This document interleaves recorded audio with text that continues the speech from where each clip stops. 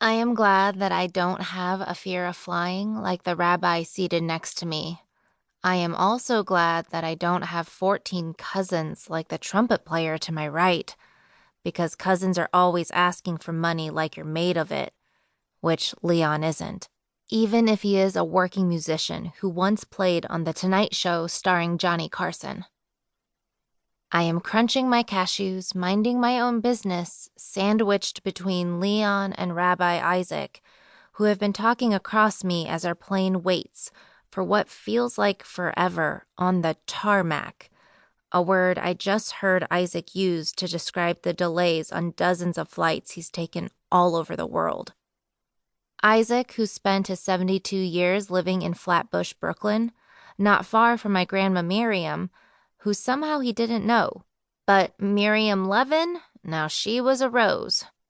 According to Isaac, anyway.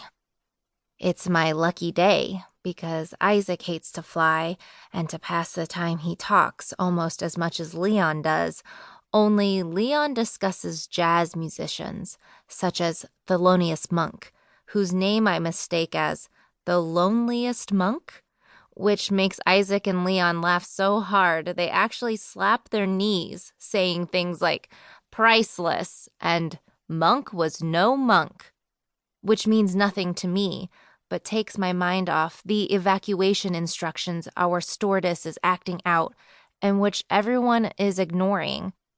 I don't want to think about our plane flying over the ocean or about using my seat as a flotation device.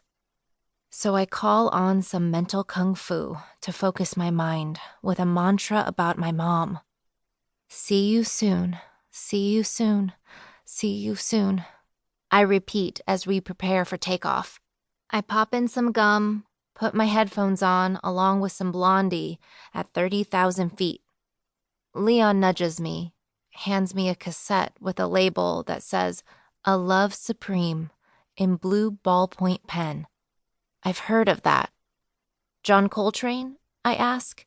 Leon nods, then tells me the story of the song's creation, how like a lot of jazz, it was the product of spontaneous chemistry, how Coltrane's religious faith fused with his music so that the whole piece became a saxophone ode to God. Also how Coltrane wrote a poem to go with it, because he was such a genius. I tell Leon I don't think I believe in God, but that I wrote a creation myth about being born in a wok in my mother's kitchen. Right on, Leon says, shaking his head, a gold-capped molar peeking out from behind his wide grin.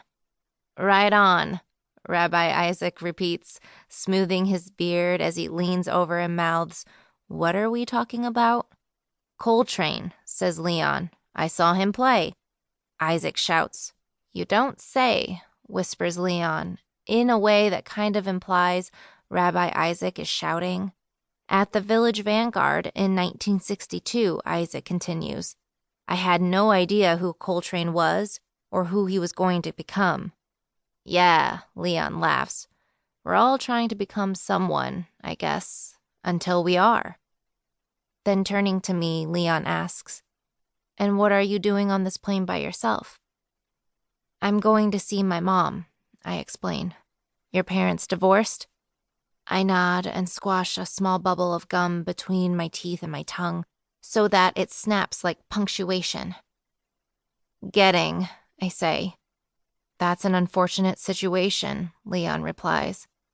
"Yes, I agree. But it's okay. I don't have to move or anything." "Really?" Isaac interrupts. "When my son got divorced, his wife took their kids to Florida. Can you imagine? Leaving Brooklyn to go there?" "Well, it's warm," I offer. "Yes," Rabbi Isaac nods, "but the food." "Yeah," adds Leon. "I played Miami once, but Miami's got that good Cuban cuisine at least."